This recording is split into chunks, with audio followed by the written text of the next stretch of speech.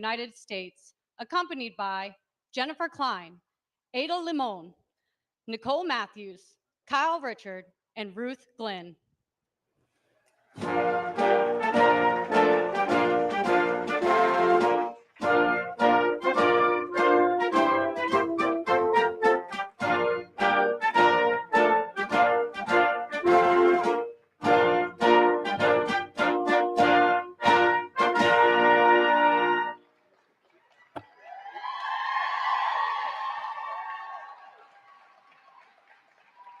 Good evening, everyone. Thank you for joining us to mark the 30th anniversary of the Violence Against Women Act. I'd like to welcome the hundreds of survivors, advocates, and allies with us here today. I'm Jennifer Klein, and I have the honor of serving as the director of the first ever White House Gender Policy Council.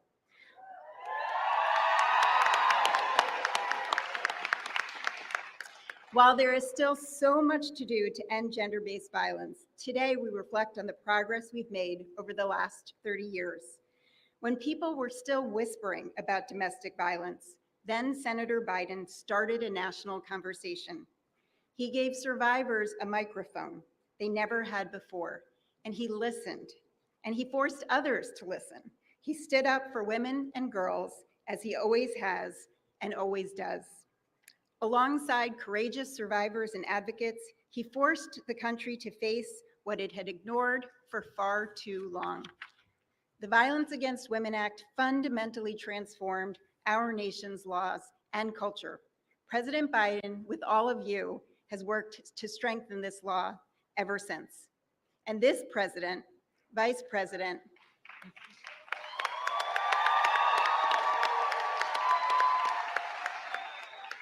And this president, this vice president, and the entire administration are fighting every single day to end gender-based violence once and for all.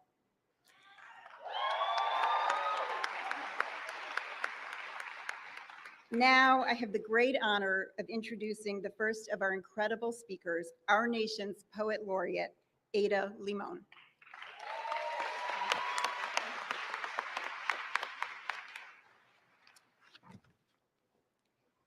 It is my great honor to be with you all today to help mark this important occasion. When I was first asked to attend today's ceremony, I thought I'd read a poem I had already written. But a few days went by, and I kept coming back to the significance of this day. And as I held the power of the Violence Against Women Act in my head and in my heart, I decided I needed to compose an original poem. So here is a poem I wrote specifically for this gathering, for today, for all of you. For the sake of us. Out of the burst of air that is breath caught and breath returned, out of cloud cover, out of clover leaf and glue, out of private disasters and the spinning webs of fall's wind, what is woven, what is brilliantly designed to hold our own bright selfhood, comes into focus. Out of break and bonding, out of new shoots of blossoms and the outline of fallen leaves, out of one voice calling and more voices echoing, out of who we are erased of unease, only the original tender thing, out of our own groundedness that is not unfounded, but of this earth, the planet's signal that blinks, you belong. You belong. Yes, you too belong. Out of this comes our own sovereignty, a sanctity that is not ceremonial, but true. For each of us must stand in the arms of the rough world and trust it wants us here, wants to carry us safely, wants our inner wilderness the way it wants the trees, wants the growling self and the soft self, wants the body and what's beneath, wants us all to be allowed to breathe. Thank you.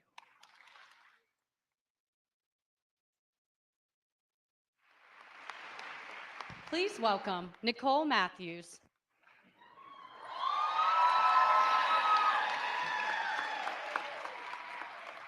Buju and Dinawe Maganang, Nicole Matthews Jaganashimang, Manidu Beneshi Koyendago, Migazian Dodame, Gawa Babaganakag in Dunjaba. Greetings, my relatives. My English name is Nicole Matthews, and my Indian name means Spirit Bird Woman. I am Eagle Clan, and I'm from the White Earth Band of Ojibwe. I am a survivor of gender-based violence. I am the daughter of a survivor. I am the mother of a survivor. I know firsthand how critical the Violence Against Women's Act is to survivors everywhere. As a child, I remember hiding under my blankets in my bedroom, listening to the sounds of my mom being physically assaulted by my dad. I remember walking past my dad while the police talked to him, and my mom and I were told to find somewhere else to stay for the night because there were no services and there were no shelters to turn to. I remember how angry my mom was at a system that made us, the victims, leave, while the abuser got to stay in the home. I decided then that I wanted to work to create a world where women and children were safe from violence.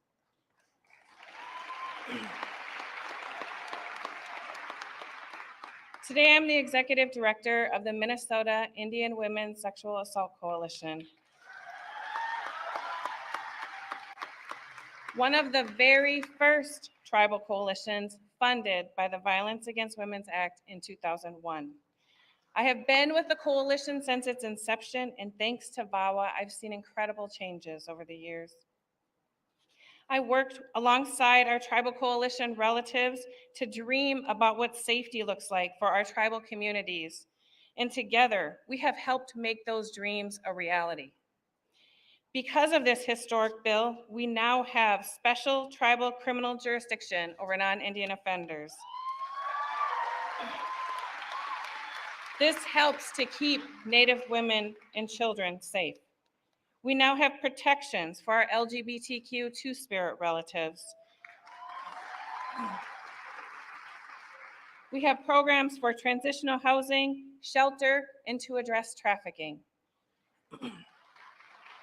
We have tribal and culturally specific sexual assault services and legal services for victims, programs for immigrants, and for our relatives in the US territories, not to mention our tribal set-aside. All that and so much more. I think back to that moment with my mom all those years ago, and although she is now in the spirit world, I know we're gonna be okay. There are a lot of people out there that have our back, including one of our greatest champions, President Biden.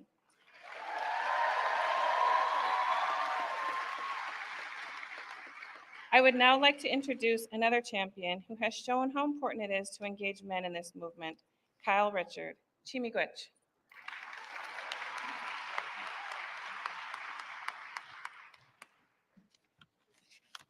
Hi, everyone. My name is Kyle Richard, and it's an honor to be with you this afternoon. When I was a college football player, I attended a party with my friends. We unfortunately came across a young man clearly trying to take advantage of a young woman. We did the only thing that felt right in the moment. We intervened. While trying to confront and remove the perpetrator, I was shot twice. But I'm still here.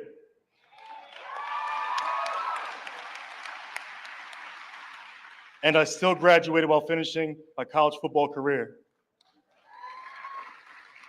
As an athlete, my dream had always been to become a strength and conditioning coach. But after this experience, I became inspired to strengthen something else instead: the culture around violence prevention on college campuses. So I began speaking out. And in 2018, I was honored to receive the It's On Us Biden Courage Award, where I got to speak with President Biden, who at the time was the former vice president.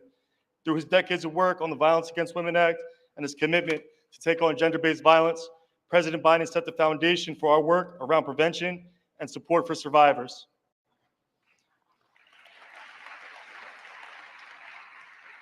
Now, as a professional, I'm back with It's On Us. I lead our work to engage men in the fight to end gender-based violence. And next week, our organization is celebrating our 10th anniversary.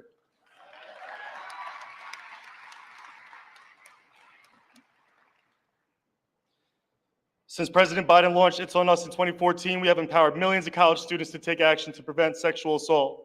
Seeing our student chapters at work brings me so much hope for the progress we can and must make in our college communities.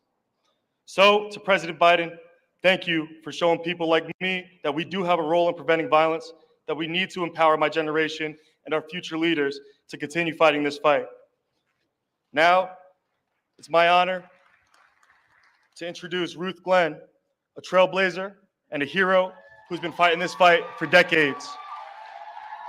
Thank you. Thank you, Kyle. I'm going to hold you. Thank you. Of course. Thank you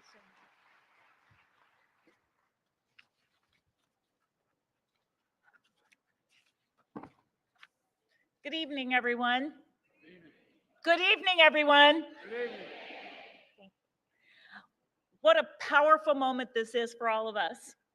Today, we stand together to celebrate 30 years of progress, perseverance, and profound change. My name is Ruth Glenn, and I am the president of Survivor Justice Action.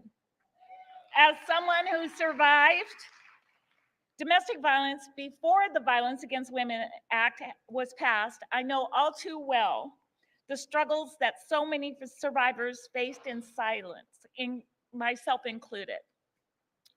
In 1992, I was shot by my abusive husband, and I had no federal protections to turn to.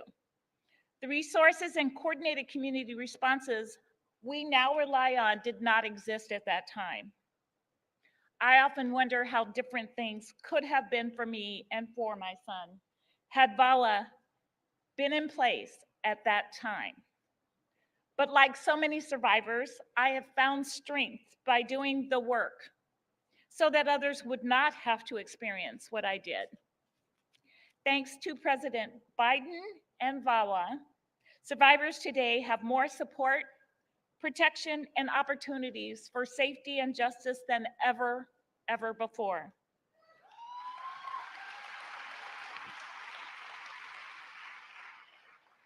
What we could not have known in 1994 was that this law would expand from supporting survivors of domestic violence, sexual assault, and stalking to include dating violence and groundbreaking provisions on housing, legal assistance, economic justice, American Indian sovereignty, and services for the LGBTQ community.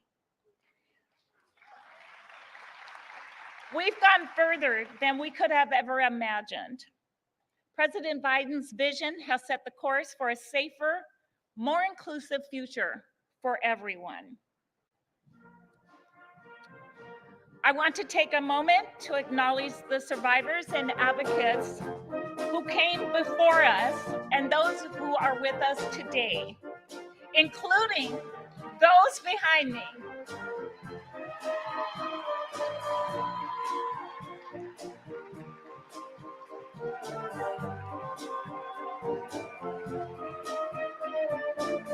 Like many of you in the audience,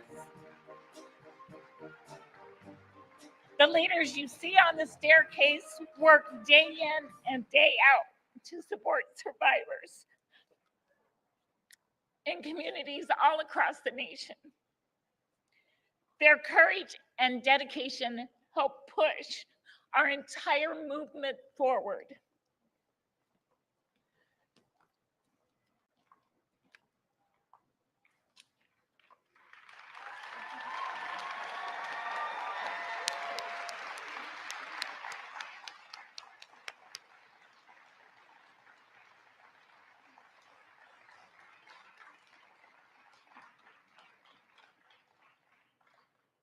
And now to our Commander-in-Chief, the man whose unwavering support and commitment have helped transform the country's response to domestic and sexual violence. The man who authored the original Violence Against Women Act as a senator.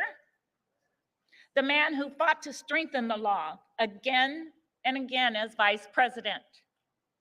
And the man who today, as our president, continues to fight to ensure every survivor is heard and protected. and supported. On behalf of the National Task Force to End Sexual and Domestic Violence and all women, girls, and survivors, thank you, Mr. President.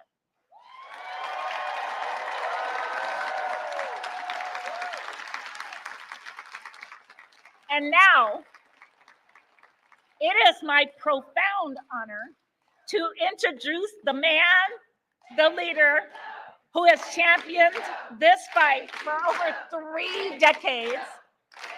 Ladies and gentlemen, please join me in welcoming the President of the United States, Joe Biden.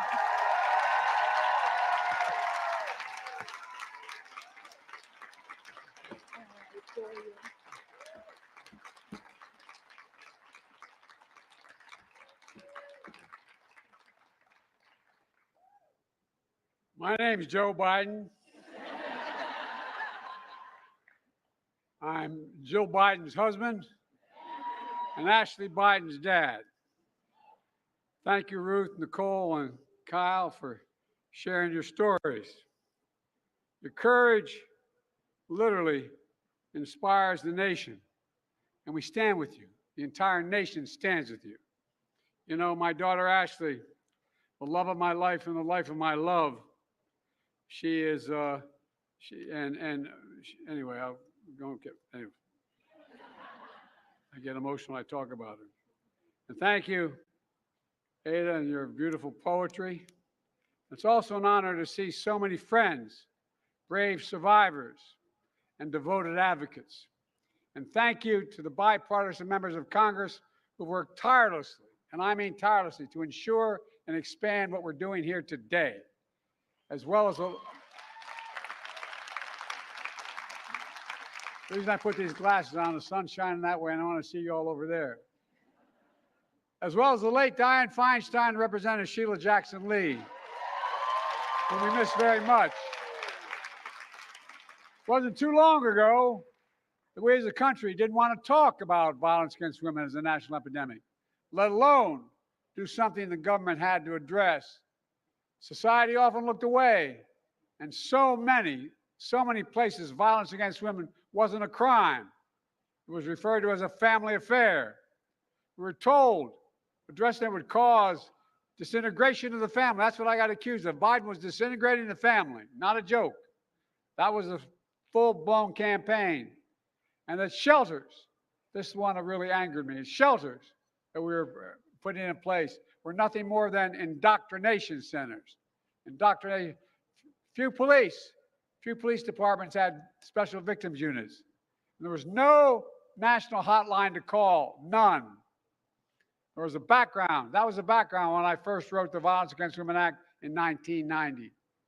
My goal was to do more than change the law, to change the culture of America. I mean it. Provide more protection and support for survivors, and to create accountability for perpetrators. The way I looked at it, I was raised by a dad, a gentle, decent man.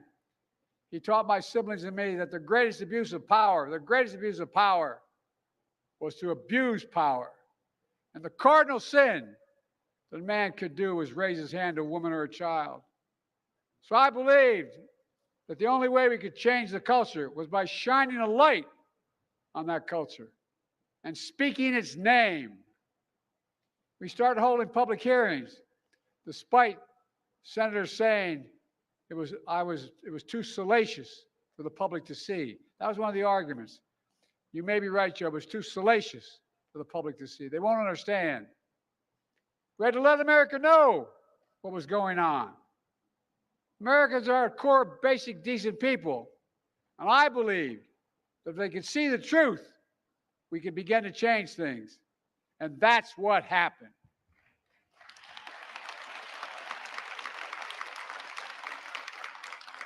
The Violence Against Women Act broke the dam of congressional and cultural resistance, brought this hidden epidemic out of the shadows, and began to shift the legal and social burdens away from the survivors onto the perpetrators where they belong. For example, the new law created the first ever national hotline for survivors to get help. It supported shelters, rape crisis centers, housing, legal assistance for women and children all across America. And the law helped train police officers and advocates and prosecutors and judges and court personnel to make our entire system more fair and responsible to the needs of survivors. And over the last 30 years, every time we've reauthorized that law, when I was a senator, when I was vice president, when I was president, we've strengthened it. We've broadened the laws, domestic violence protection, to including dating violence, and to better support survivors of stalking and sexual assault. We expanded services to protect immigrants, communities of color, rural communities, tribal lands, LGBTQ survivors, and to create a new program to end the backlog of rape kits. Instead of prevention programs in every state, we secured historic funding to increase so much more. Since we passed VAWA, according to the Department of Justice, between 1993 and 2022, annual rates of domestic violence have dropped by almost 70%.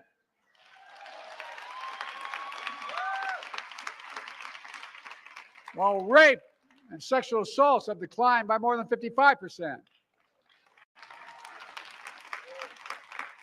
And our first ever domestic violence hotline has received over 7 million calls since 1996. It matters. It saves lives. Being able to pick up that phone and call. I remember the first time I listened in. I can hear him. I can see him. He's coming. Please, send somebody. Please, please, please. You know, there's always more to do. Let me just say the first and best decision I made when I was a nominee in 2020 was selecting Kamala Harris as vice president.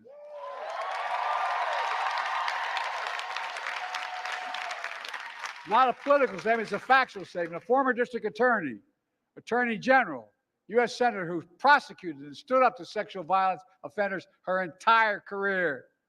You can't say that about my predecessor. Kamala and I have also taken steps beyond this law to address violence against women. We know that during the pandemic, and you know it as well, domestic violence increased. That's why, through our American Rescue Plan, I directed $1 billion in supplemental funding to ensure survivors trapped in bad situations could get support, including safe housing. We also passed the most significant gun safety law in 30 years that narrowed the so-called boyfriend loophole to include dating partners convicted of abuse who say they could not own a firearm. What a fight that was, but we won it.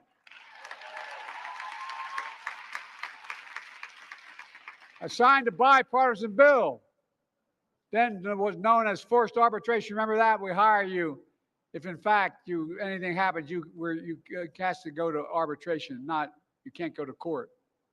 Prevented survivors of abuse and harassment in the workplace from getting their day in court. We ended that.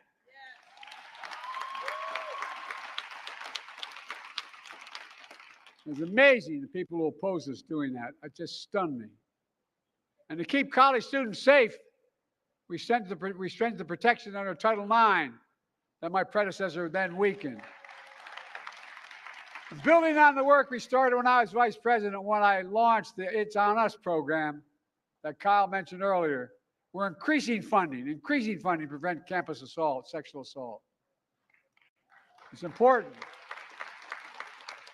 And we've created reforms that fundamentally shift how the military investigates and prosecutes sexual assault and domestic violence, including independent prosecutors who now report outside the military officer command structure. And I want to thank Senator Kristen Gillibrand and Congressman Jackie Spears. Jackie here, I know Kristen couldn't be here. Jackie, if you're here, stand up because you deserve special recognition. I don't see you, but you may be out there. Jackie's leadership in this has made a big difference. For the first time in nearly a decade, the rates of sexual assault and harassment within the active duty military forces are down, finally, down.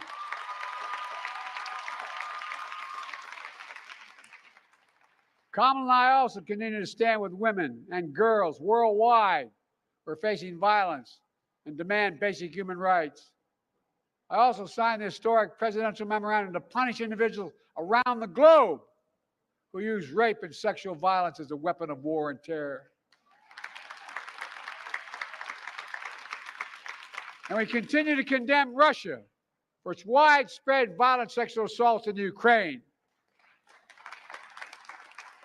Just as we condemn the terrorist group Hamas and its appalling, despicable acts of rape, mutilation, sexual violence in Israel on October 7th and against hostages in captivity.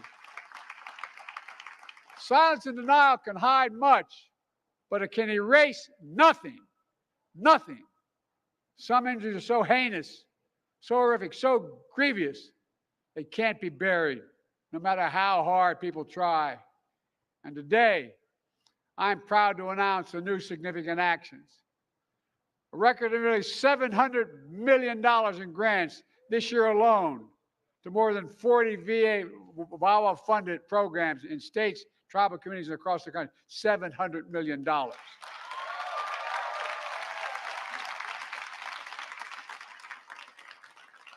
We're also issuing new policies to expand housing protections for survivors, give law enforcement more tools to remove guns from domestic abusers, and we're tackling the next frontier of gender-based violence and abuse, deep fake images and videos generated by artificial intelligence. Back in 2022, we established civil protections for those whose intimate images are shared without their consent. It's now a crime. Today, in response to my call to action, we received new commitments from leading technology companies to combat the creation of exploitive deepfake images and to stop distributing and making money off this kind of sexual abuse, which they're doing now. Folks, but the fact is we know our work never stops. To any survivor who's struggling, I want you to know you're not alone. Doug and I, Kamala and Doug, our entire administration, the entire community have your back. For example, Kamala and I will continue to defend reproductive freedom in America.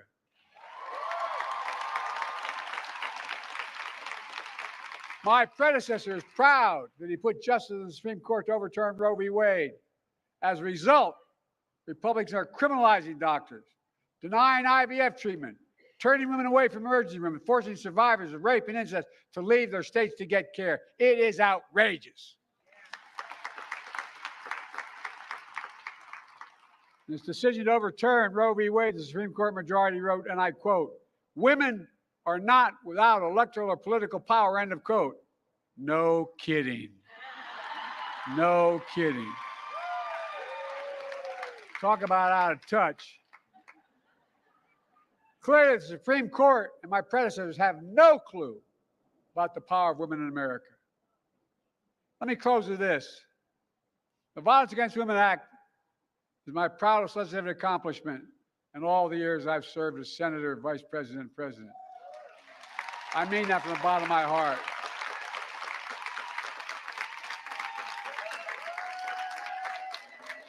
Thank you. And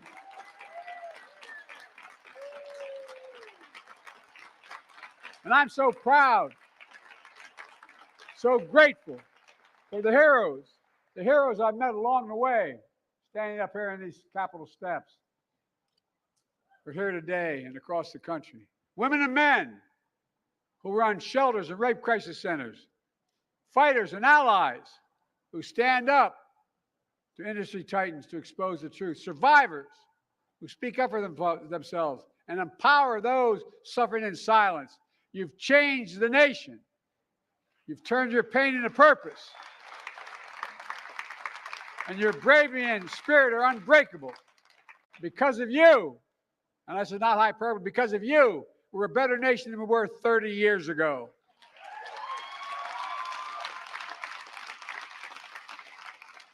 By the way, my daughter is a social worker in Philadelphia providing housing for abused women and those coming out of prison. She was going to be here today, but she's ill. She was going to introduce me. I want to thank her and all like her You all are the reason why, and I mean this from the bottom of my heart. I hear about what a terrible nation. I'm optimistic about our nation. I've never been more optimistic about our future. I really haven't. We have to remember who we are. We're the United States of America. And there's nothing beyond our capacity when we do it together.